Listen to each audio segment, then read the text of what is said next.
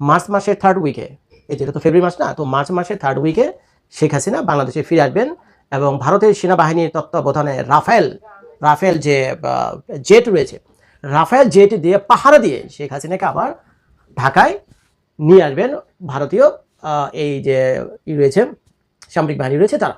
তো এখন এই নিউজটা দেখার পর প্রথমে আমি ফাইজলামি মনে করছিলাম, বুঝছেন, যে মানুষ বলে না পোলা পান্ডা ওদের সাথে নির্বাচন সেগুলো বিভিন্ন ভিডিও টিডিও করে, পরে দেখলাম যে না, বিষয়টা সেটা না। উনি যেভাবে এক্সপ্লেন করলেন, নিউজে যেভাবে বারবার বলছিল, বিশ্বাস করার অনেক কারণও রয়েছে। এর ভিতরে আরেকটা কাজ হয়েছে, সেটা হলো যে ভারতের যে প্রধান রয়েছেন মোদী সাহেবের অফিস থেকে বাংলাদেশে যে চার্জ অ্যাফেয়ার্স আমেরিকান এমবিসি যে চার্জ অ্যাফেয়ার রয়েছেন ঢাকাতে, তো তার সাথে বলে যোগাযোগ করা হয়েছে এবং তাকে বলে একটা বিশেষ বার্তা দিয়ে চার্জ অ্যাফেয়ার্সকে বলেছে যে যত জলদি করে এই ওয়াকার সাহেব যিনি রয়েছেন আমাদের সামরিক বাহিনী প্রধান, তো সেই ওয়াকার সাহেবকে সাথে দেখা করতে বলছে এবং ওয়াকার সাহেবের দেখা করে বলতে বলছেন যে এই মার্চ মাসের থার্ড উইকে ভারত তো শেখ হাসিনাকে নিয়ে বাংলাদেশে প্রত্যাবর্তন করবে এবং এক্ষেত্রে ভারতের যে বাংলাদেশে যে সেনাবাহিনী রয়েছে, বাংলাদেশে যে আর্মি রয়েছে বা ডিফেন্স সিস্টেম রয়েছে বা ল এনফোর্সমেন্ট রয়েছে, সবাইকে এই ব্যাপারে সহযোগিতা করার জন্য অনুরোধ জানানো হয়েছে। এবং শুধু তাই না, এটাও বলে দেওয়া হয়েছে ওই চার্জ অ্যাফেয়ার্সের মাধ্যমে বাংলাদেশের সামরিক যে আমাদের ওয়াকার সাহেবকে বলে দেওয়া হয়েছে, অলরেডি বলে দেওয়া হয়েছে, ওরা নিউজগুলোতে লিখতেছে অলরেডি বলে দেওয়া হয়েছে। তো সেখানে বলতেছে যদি কোনো কারণে ওয়াকার সাহেব কথা না শুনে তাহলে সামরিক হস্তক্ষেপ করবে ভারত, অর্থাৎ যেটা আমি ভিডিও শুরুতে বলছিলাম, শেখ হাসিনাকে রাফেল যে জেট রয়েছে, আপনারা জানেন অত্যন্ত অত্যাধুনিক ফাইটার রাফেল জেট, কম বেশি আপনার নামটা হয়তো শুনছেন, সেই বিশেষ পাহারা দিয়ে তারপরে শেখ হাসিনা ম্যাডামকে বাংলাদেশে নামিয়ে দেওয়া হবে এবং তার যে দপ্তর, সেই দপ্তর তাকে বুঝিয়ে দেওয়া হবে। এবং এক্ষেত্রে যদি বাংলাদেশের ওয়াকার সাহেব যদি বাধা দেয়, এই অ্যাক্টিভিটিসে, ভারতের অ্যাক্টিভিটিসে যদি বাধা দেয়, তাহলে তারা এটাও মানে বেশ ওয়ার্ন করে দিচ্ছে ওয়াকার সাহেবকে যে সে তাহলে আর বাংলাদেশের সেনাপ্রধান হিসেবে থাকতে পারবে না, তার জায়গায় অন্য কাউকে বসানো হবে। তো এখন কোথায় না করুক, শেখ হাসিনা যদি আগামী এই জিনিসটা যদি কনফার্ম হওয়ার পর শেখ হাসিনা যদি আগামী 2-1 সপ্তাহের ভিতরে ঘোষণা দিয়েই বসে যে I am coming back in Bangladesh third week of মার্চের থার্ড উইকে আমি বাংলাদেশে ব্যাক করতে চাই, এটা যদি সত্যি একটা মেসেজও যদি দেয়, কোথাও কারো কাছে একটা মেসেজও যদি দেয়, সারা বাংলাদেশ তোলপাড় হয়ে যাবে। কারণ হলো বাংলাদেশের সবচেয়ে অ্যাক্টিভ যে দলটা এই মুহূর্তে বাংলাদেশে রয়েছে, সেটা কিন্তু আপনারা স্বীকার করেন বা নাই করেন, সেটা আওয়ামী লীগ। দলটা খারাপ হোক আর ভালো, খুব অ্যাক্টিভ, এটা আপনাকে স্বীকার করতে হবে। এবং শেখ হাসিনার জন্য তারা কারো যান নিতেও পারে এবং নিজেরা যান দিতেও পারে। শেখ হাসিনার জন্য তারা কারো যান নিতেও পারে, কারো যান নিজেদের যান দিতেও পারে। তো এখন শেখ হাসিনা যদি প্রত্যক্ষ অপরোক্ষভাবে কোনো একটা মেসেজ আমাদের বলে যে আমি কামিং ব্যাক ইন বাংলাদেশ, আমি বাংলাদেশে আসতেছি এই মার্চ মাসে 23-24 তারিখে, যে কোনো দিন বা 26 তারিখে, যেটা যখন কিনা বাংলাদেশের স্বাধীনতা দিবস, আমার তো মনে হয় এই যে ঢাকার যে উনি এর নামটা কোথায় নামবে, ধরে নিলাম যে শাহজালাল বিমানবন্দরে নামবে, তো সেখানে যদি নামে, আমার তো বিশ্বাস কমসে কম 1 কোটি মানুষ যাবে সেখানে, বলে রাখলাম, আমি কাগজে লিখে রাখেন, কমসে কম 1 কোটি মানুষ যাবে শেখ হাসিনাকে ওখান থেকে রিসিভ করার জন্য। এবং আওয়ামী লীগ যে কীভাবে বিস্ফোরণ করবে বাংলাদেশের ভিতরে, আমার সেটা মনে করে গায়ে লোম দ্বারা যেতেছে। কারণ আওয়ামী লীগ সেই জিনিস, এদের কাছে পয়সা আছে, এদের কাছে নীতি আছে। এখন ভালো কাজ করুক, মন্দ কাজ করুক, সেইটার আলোচনা ভিন্ন, কিন্তু দলটাতে একটা নীতি আছে, তার একজনের জন্য আরেকজনে জান দেয়। এই মুহূর্তে সারা বাংলাদেশের বিভিন্ন জায়গায় ব্যাপক আন্দোলন চলছে। ছাত্র দলের হাতে প্রচুর মাইক খেয়া এখানে আমরা দেখলাম যে প্রায় 1/2 শতাধিক শিক্ষার্থী, কেউ হাসপাতালে, কেউ অ্যাম্বুলেন্সে, কেউ বেডে আছে। ঘটনার প্রেক্ষাপট কি? এখন ছাত্রদল দীর্ঘদিন যাবৎ ক্ষমতার বাহিরে থাকার কারণে তারা অনেক কিছু থেকে বঞ্চিত ছিল। আবার ছাত্রলীগের বিদায়ের পরে যেই সুযোগ সুবিধারা তারা মনে করছে ক্যাম্পাসে পাবে, এইটা আবার নতুন যে রাজনৈতিক শক্তি বৈষম্য বিরোধী ছাত্ররা তারা এনজয় করতেছে, মোটামুটি একদম দেদারছে। সো তারাও তো এখন রাজনৈতিক দল ঘোষণা দিয়ে ফেলছো। ছাত্রদল ভাবতেছে তোমরা যদি এইভাবে এনজয় করো তো আমরাও এনজয় করবো, ভাই এই স্বাধীনতা তো আমরাও আনছি। এইটা নিয়ে আসলে মূল কথা ঝামেলা, ক্যাম্পাসে দখলদারিত্ব প্লাস নানান ইস্যুতে বৈষম্য বিরোধী রাজনৈতিক শক্তি, বিএনপির যে ছাত্র শক্তি, তাদের মধ্যে সংঘর্ষের ঘটনা ঘটেছে আপনার খুলনার প্রকৌশল এবং প্রযুক্তি বিশ্ববিদ্যালয়ে। ছাত্র রাজনীতি বন্ধের দাবিতে শিক্ষার্থীদের দুই পক্ষের মধ্যে দফায় দফায় সংঘর্ষের ঘটনা ঘটেছে। তো ছাত্র রাজনীতি কেন বন্ধ হবে এখন? এই যে ছাত্ররা কি রাজনীতি করছে না, বৈষম্য বিরোধীরা তারা তো রাজনীতি করছে, আর বেশি করছে। তো ছাত্রদল এখন রাজনীতি করবে, এটাই তো স্বাভাবিক। আপনি ছাত্র রাজনীতি বন্ধ বলবেন, আপনারা রাজনৈতিক শক্তি হিসাবে আবির্ভূত হবেন, তো ছাত্রদলের দোষটা কি? ছাত্র রাজনীতি যদি বন্ধ হয়, আপনারা যেগুলো করতেছেন এটাও তো করার সুযোগ নেই। কারণ রাইট নাও আপনারা বলতেছেন আমরা একটা আলাদা ফোর্স, আলাদা শক্তি। বাংলাদেশের মানুষ এগুলা এখন বোঝে যে আপনারা রাজনৈতিক শক্তি। এখন ছাত্র রাজনীতি বন্ধের দাবিটা করতেছে কারা? যারা নিজেরাই একটা রাজনৈতিক শক্তি। তো ছাত্রদলকে এটা বুঝতেছে না? বুঝতেছে। ছাত্রদলের একটা অভিযোগ আছে যে এমনি জাতীয় নাগরিক কমিটি আর বৈষম্য বিরোধী এরা কিন্তু সবাই মানে ABC টিম, তো তারা ছাত্রদলকে প্রতিপক্ষ মনে করে। এখন আমি যখন নিউজটি করছি তখন আপনার পরিস্থিতি নিয়ে প্রায় 2 প্লাটুন বিজিবি মোতায়েন করা হয়েছে। দুপুর থেকে শুরু হয়েছিল এই সংঘর্ষ এবং ধাওয়া পাল্টা ধাওয়া, চলেছে বিকাল 6টা পর্যন্ত। 1/2 শতাধিক শিক্ষার্থী আহত হয়েছেন। এরা কারা? এরা বৈষম্য বিরোধীর স্টুডেন্টস সাপোর্টার শ্রেণী এবং তারা অনেকে এখানে কানেক্টেড। আহত যারা আছেন তাদেরকে হাসপাতালে নিয়ে যাওয়া হয়েছে। বর্তমানে সেখানকার পরিস্থিতি থমথমে।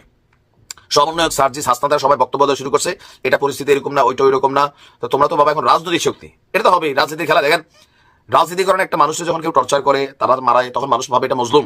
কিন্তু আপনি রাজনীতি করবেন, আপনি ক্ষমতার সাথে কানেক্টেড হবেন, তো ভাই এখানে মাঠে টিকে থাকতে হবে, লড়াই করে, এটা আমরা বাংলাদেশের মানুষ বুঝি। এদিকে এই শিক্ষার্থীদের উপর হামলার ঘটনায় ছাত্রদলের হামলার অভিযোগে বিক্ষোভ মিছিল এবং সমাবেশ চলছে দেশের বিভিন্ন জায়গায়। আপনার বৈষম্য বিরোধী ছাত্র আন্দোলন এই মুহূর্তে তারা নগরীর শিববাড়ি মোড়ে একটা কর্মসূচি পালন করছে। তো এটা নিয়ে আমরা দেখছি যে নানান গুণীজনরা নানান কথা বলছেন, কিন্তু আমি সোজা বাংলায় বুঝি, আমার কথাগুলো অনেকের কাছে ভালো লাগতে পারে, নাও লাগতে পারে। ছাত্র রাজনীতি যদি নিষিদ্ধ হয়, এই বৈষম্য বিরোধীরা এখন ছাত্র রাজনীতিতে আরো বড় একটা শক্তি হিসেবে কাজ করছে। বাকের মজুমদার ঘোষণা দিছে না যে আমরা ছাত্ররা বের হইয়া, যে ছাত্রদের কোনো দল নাই, আমরা একটা শক্তি হিসেবে। ভাই তোমরা কিসের শক্তি? শিবির আছে, ছাত্রদল আছে, ছাত্রলীগ আপাতত নাই বা তলে তলে আছে, আর যে সংগঠন আছে। তোমরাও একটা রাজনৈতিক ফোর্স, এখন একটা রাজনৈতিক ফোর্সের সাথে মোকাবেলা হবে। এখানে আমি আলাদা কোনো কিছু ক্যালকুলেশন খুঁজে পাই নাই। জোশে জোশে আমরা অন্য কথা বলার সুযোগ নেই, কারণ দল গঠিত হচ্ছে আগামী বৃহস্পতিবারে। আপনার দল সামনে চলে আসতেছে, তাদেরই টিম হচ্ছে নতুন যে ছাত্র শক্তি, বাইরে যারা বলে ক্যাম্পাসে ছাত্র রাজনীতি চলবে না, না চললে কেউরই চলবে না, একদল বলবে আমরা ওইভাবে রাজনীতি করে ক্যাম্পাস কন্ট্রোল করি, এটাও একটা রাজনীতি। তোমার কাছে পড়াশোনা করা, ক্যাম্পাস কন্ট্রোল করা না। তবে কি আওয়ামী লীগ ফিরে আসছে? ঠিক এমন একটি সম্ভাবনা দেখা যাচ্ছে। সেটা কিরকম ভাবে? বর্তমান অন্তর্বর্তীকালীন সরকার আওয়ামী লীগের বিরুদ্ধে যে পরিমাণ কঠোর অবস্থানের কথা বারংবার ঘোষণা করেছে, আজকে যেন অনেকটা সেই অবস্থান থেকে তারা সরে আসার চেষ্টা করছে বা সরে এসেছে। আওয়ামী লীগকে বাংলাদেশের রাজনীতিতে একেবারে অপ্রাসঙ্গিক করে দিতে চান সমন্বয়কেরা বা সরকার। কিন্তু আজকে উপদেষ্টা আসিফ মাহমুদ সজীব ভুঁইয়া, যিনি সমন্বয়ক ছিলেন, তিনি বলেছেন যে আওয়ামী লীগের যারা নেতা রয়েছেন, কর্মী রয়েছেন, যারা গণহত্যার সঙ্গে বা অপরাধের সঙ্গে জড়িত নন, তারা ক্ষমা চেয়ে রাজনীতি করতে পারবেন, মেইনস্ট্রিম রাজনীতিতে তারা ফিরে আসতে পারবেন। এবং এটি নিশ্চিতভাবেই বাংলাদেশের রাজনীতিতে নতুন কোনো কিছুর বার্তা দিচ্ছে যে হয়তোবা আওয়ামী লীগের প্রতি সরকারের যে কঠোর অবস্থান, সেই অবস্থান থেকে তারা সরে আসার চেষ্টা করছে, অথবা তারা মানুষের পালস বোঝার চেষ্টা করেছেন এবং তারা দেখতে পেয়েছেন হয়তোবা সাধারণ মানুষের মধ্যে এখনো আওয়ামী লীগের প্রতি মানুষের সমর্থন রয়েছে, এবং সেটাও উল্লেখযোগ্য। এমন নয় যে সেই সংখ্যাটা একেবারেই অল্প শতাংশ, ব্যাপারটা আসলে তা নয়। এবং এই একই রকম কথা অনেকটা বলেছেন একজন সমন্বয়ক সার্জিস আলো। তিনি অনেকটা একই সুরে বলেছেন। তিনি বলেছেন যে আওয়ামী লীগের রাজনীতি যারা করতেন, যারা গণহত্যার সঙ্গে জড়িত নন, যারা কোনো অন্যায় করেননি, তারা বা তাদের ব্যাপারে, আওয়ামী লীগের ওই নেতাদের ব্যাপারে, কর্মীদের ব্যাপারে যারা গণহত্যার সঙ্গে যুক্ত নন, তারা চাইলে রাজনীতি করতে পারবেন। এবং এখানে একটা বিষয় খুবই গুরুত্বপূর্ণ, স্থানীয় সরকার নির্বাচন আগে হবে নাকি আগে জাতীয় সংসদ নির্বাচন হবে? এটা নিয়ে দুই পক্ষ অবস্থান পুরোপুরি দুই দিকে চলে গেছে। একটা হচ্ছে বিএনপি, তারা চাইছে কোনোভাবেই স্থানীয় সরকার নির্বাচন যেন আগে না হয়, আগে যেন জাতীয় সংসদ নির্বাচন হয়। যদিও অন্তর্বর্তীকালীন সরকার উপদেষ্টা আসিফ মাহমুদ বলেছেন আগে অবশ্যই স্থানীয় সরকার নির্বাচন হবে এবং সেই সিদ্ধান্ত কয়েকদিনের মধ্যে আসবে। এবং আমরা দেখতে পেয়েছি যে বিএনপি ছাড়া বাকি যে রাজনৈতিক দলগুলো বর্তমান অন্তর্বর্তীকালীন সরকারের সঙ্গে অনেকটা মানসিকভাবে যুক্ত, বা অন্তর্বর্তীকালীন সরকার যে বৈঠকগুলো করে, যে দলগুলো আমন্ত্রণ পায়, সেই আমন্ত্রণে যে দলগুলো আসে, বিএনপি ছাড়া বাকি সব দল মোটামুটিভাবেই শুরুর দিকে বা আগে স্থানীয় সরকার নির্বাচন চায়। এবং সরকারও সেই বিষয়টি অনেকটা স্পষ্ট করেছে, তারা স্থানীয় সরকার নির্বাচনটা আগে অনুষ্ঠান করতে চান। এবং এই ক্ষেত্রে অনেকের ধারণা, যদি আগে জাতীয় সংসদ নির্বাচন হয়, আওয়ামী লীগকে যদি রাজনীতির বাইরে রাখা হয় বা যদি নির্বাচনের বাইরে রাখা হয়, তো একচেটিয়াভাবে বিএনপি জয়লাভ করবে। কারণ সারা দেশে বিএনপির যেই অঙ্গ সংগঠন, যে সাংগঠনিক শক্তি, যে পরিমাণ কর্মী নেতা রয়েছে, তারা স্বাভাবিকভাবেই আওয়ামী লীগ বিহীন সময়ে, যেমন আওয়ামী লীগের সময়কালে যে নির্বাচন দেখেছে বিএনপি অংশগ্রহণ করেন এবং আওয়ামী লীগের একচেটিয়া জয় জয়কার, এবং আওয়ামী লীগ বিহীন সময়ে বিএনপির নেতারাও সংসদে একচেটিয়া জয় পাবেন, এটা অনেকেই ধারণা করে রেখেছেন। নিশ্চিতভাবেই তারাই জয় পেতে পারেন। এবং সরকার বা বিএনপির বিরোধী যে রাজনৈতিক শক্তিগুলো, জামাত হোক বা অন্যান্য দলগুলো, তারা চায় না কোনোভাবেই আগে জাতীয় সংসদ নির্বাচন হোক, কারণ সেক্ষেত্রে বিএনপি একচেটিয়াভাবে জাতীয় সংসদ নির্বাচনে তাদের জয়লাভ করবে আসন অনেক বেশি পরিমাণে। এবং এই আসনগুলোতে যে যারা এমপি হবেন, তারা খুব স্বাভাবিকভাবে পরবর্তীতে যদি স্থানীয় সরকার নির্বাচন অনুষ্ঠিত হয়, তারা প্রভাব বিস্তার করবেন এবং স্থানীয় সরকার নির্বাচনেও বিএনপি অনেক বেশি পরিমাণে তাদের জায়গা শক্ত করবে। এবং জামাত ইসলাম বা অন্তর্বর্তীকালীন সরকার বা উপদেষ্টা যারা সমন্বয়ক, তারা বা এই ব্যাপারটা তারা চাইছেন না। কারণ আপনারা জানেন যে কয়েকদিনের মধ্যেই একটি নতুন রাজনৈতিক দল আসতে চলেছে, যেটা প্রধান হবেন একজন সমন্বয়ক এবং উপদেষ্টা নাহিদ ইসলাম। তিনি আগামী সপ্তাহে বা তিনি এই সপ্তাহে শেষের দিকে তিনি পদত্যাগ করতে পারেন, এমন একটি গুঞ্জন রয়েছে। তো ছাত্রদের নেতৃত্বে বা জাতীয় নাগরিক কমিটি মিলিয়ে বৈষম্য বিরোধী ছাত্র আন্দোলন, তারা যে নতুন রাজনৈতিক দল ফর্ম করতে যাচ্ছে, তারাও কোনোভাবেই চাইছে না সেই কারণেই যে আগে জাতীয় সংসদ নির্বাচন হোক। তারা চান আগে স্থানীয় সরকার নির্বাচন করতে, এবং স্থানীয় সরকারের নির্বাচন যদি জাতীয় সংসদ নির্বাচনের আগে হয়, সেক্ষেত্রে বিএনপি ঠিক ওইরকম ভাবে প্রভাব বিস্তার করতে পারবে না। এবং সেক্ষেত্রে হয়তোবা প্রভাব বিস্তারবিহীন একটি স্থানীয় সরকার নির্বাচনে, স্থানীয় সংসদ নির্বাচনে হয়তোবা অনেক ভালো অবস্থান করতে পারে জামাত বা নতুন যে রাজনৈতিক দল আসতে যাচ্ছে তারা, বা অন্যান্য রাজনৈতিক শক্তি। বিএনপি তো করবেই, এবং সেই কারণে তারা চাইছে যে আগে স্থানীয় সরকার নির্বাচন হোক, এবং বিএনপি বারংবার এই ব্যাপারটাকে তারা না করছে, যে না, তারা চান আগে জাতীয় সংসদ নির্বাচন হোক, কারণ আগে জাতীয় সংসদ নির্বাচন হলে বিএনপি সেক্ষেত্রে সব দিক দিয়ে তারা ভালো ফলাফল করবে, সে ব্যাপারে তারা অনেক বেশি পরিমাণে আশাবাদী। এখন উপদেষ্টা আসিফ মাহমুদ সজীব ভুঁইয়া হঠাৎ করে কেন তিনি আওয়ামী লীগকে স্থানীয় সরকার নির্বাচনে অংশগ্রহণের ব্যাপারে পজিটিভ তিনি ভূমিকা রাখতে চলেছেন?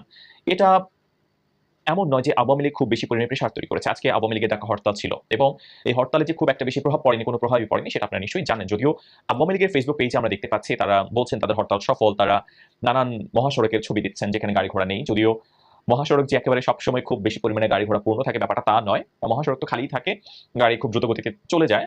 তো এমন কোনো প্রেশার তো তৈরি করতে পারেনি আওয়ামী লীগ অন্তর্বর্তীকালীন সরকারের প্রতি। তাহলে হঠাৎ করে কেন উপদেষ্টারা নিজেদের থেকে বলছেন তারা আওয়ামী লীগের যারা দোষী নন, যারা অপরাধী নন, যারা গণহত্যার সঙ্গে জড়িত নন, তাদেরকে নির্বাচনের সুযোগ তারা কেন দিতে চাইছেন? এটিকে বিএনপির প্রতি উল্টো একটি থ্রেট তারা তৈরি করার চেষ্টা করলেন, যে স্থানীয় সরকার নির্বাচনের বা টোপ দেওয়া হলো কি আওয়ামী লীগকে, যে স্থানীয় সরকার নির্বাচনে অংশগ্রহণ করার তোমরা সুযোগ পাবে যদি তোমরা ক্ষমা চাও। বা এটা কি কোনো টোপ হতে পারে আওয়ামী লীগের প্রতি, নাকি যে বিএনপির প্রতি একটা থ্রেট, যে তোমরা যদিও ভাবছো যে আওয়ামী লীগ নেই কিন্তু আওয়ামী লীগ রয়েছে, এমন কোনো কিছু, নাকি অন্য কোনো খেলা চলছে? কারণ আওয়ামী লীগ তো মানে দৃশ্যত বা আমরা এমন কোনো প্রেশার তৈরি করেছে সরকারের উপরে, এমন কোনো কিছু আমরা দেখতে পাই না। বা আমরা দেখতে পাচ্ছি যে খুব বেশি পরিমাণে আওয়ামী লীগের প্রতি আচরণ চলছে, যে আওয়ামী লীগকে নিশ্চিহ্ন করে দেওয়া হবে, শেষ করে দেওয়া হবে, অপ্রাসঙ্গিক করে দেওয়া হবে।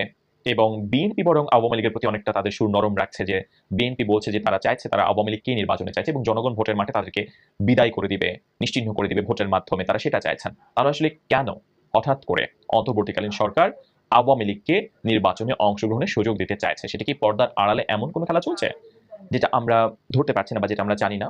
বা সেটা কি বহির কোনো শক্তি, আমেরিকা কিংবা ভারতের কোনো প্রভাব, এমন কোনো কিছু কি রয়েছে যেটা আমরা হয়তো জানি না, যেটা হয়তো বা আমরা কিছুদিনের মধ্যে আমরা প্রত্যক্ষ করতে পারবো?